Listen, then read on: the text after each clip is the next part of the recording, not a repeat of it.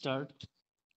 विश्वविद्यालयों का निर्माण इसलिए हुआ है कि विश्वविद्यालय की सीमा में आकर छात्र ऊंच नीच, अमीर गरीब और धार्मिक भेदभाव से परे समरसता वाले वातावरण में जीना सीख सकें। छात्र राजनीति में सभी छात्र संगठन किसी न किसी राजनीतिक दल की छात्र इकाई के रूप में कार्य कर रहे हैं, जिनका एकमात्र लक्ष्य चुनाव जीतना होता है। ये छात्र संगठन चुनाव जीतने के लिए सारे हथकंडे अपनाते हैं, जिनका प्रयोग मुख्य राजनीतिक दल अपने फायदे के लिए करते हैं। देश के अधिकतर छात्र नेता स्वयं अराजकता फैलाते नजर आते हैं। राजनीतिक दलों के संकेतों पर काम कर अपनी टिकट पक्की करना ही उनका एकमात्र लक्ष्य होता है।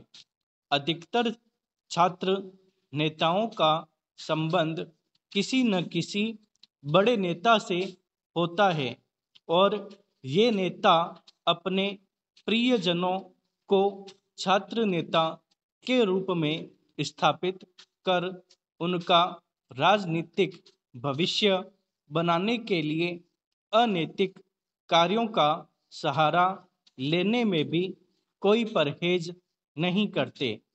छात्र संगठनों के चुनावों में आयोग के नियमों की खुलेआम धज्जियां उड़ाते हुए ये संगठन चुनाव प्रचार में पानी की तरह पैसा बहाते हैं। पूरे शहर में चुनाव पोस्टर ही दिखाई देते हैं। इस पोस्टरबाजी की होड़ में छात्र आपस में भिड़ भी जाते हैं। मादक पदार्थों का सेवन, देर रात तक पार्टी और हिंसक प्रदर्शन लोकतांत्रिक मूल्यों और विचारधाराओं पर कुठाराघात करते नजर आते हैं।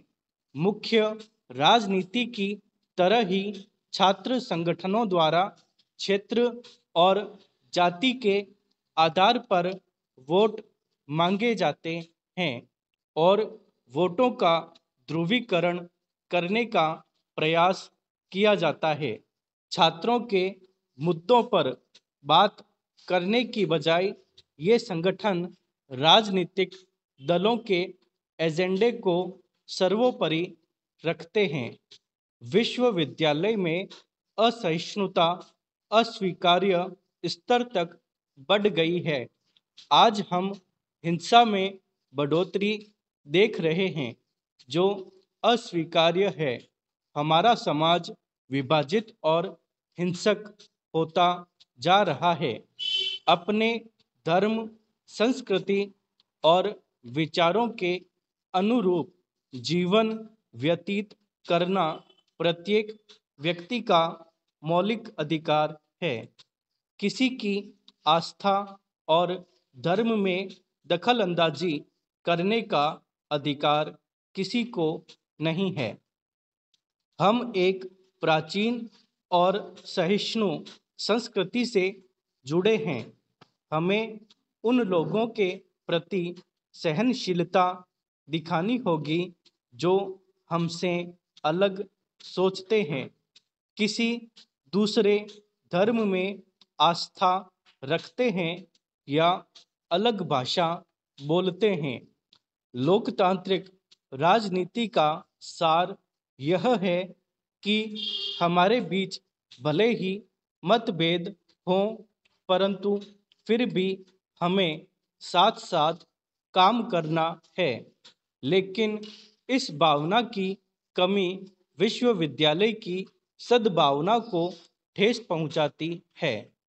वर्तमान विश्वविद्यालय शिक्षा अंग्रेजों की देन है।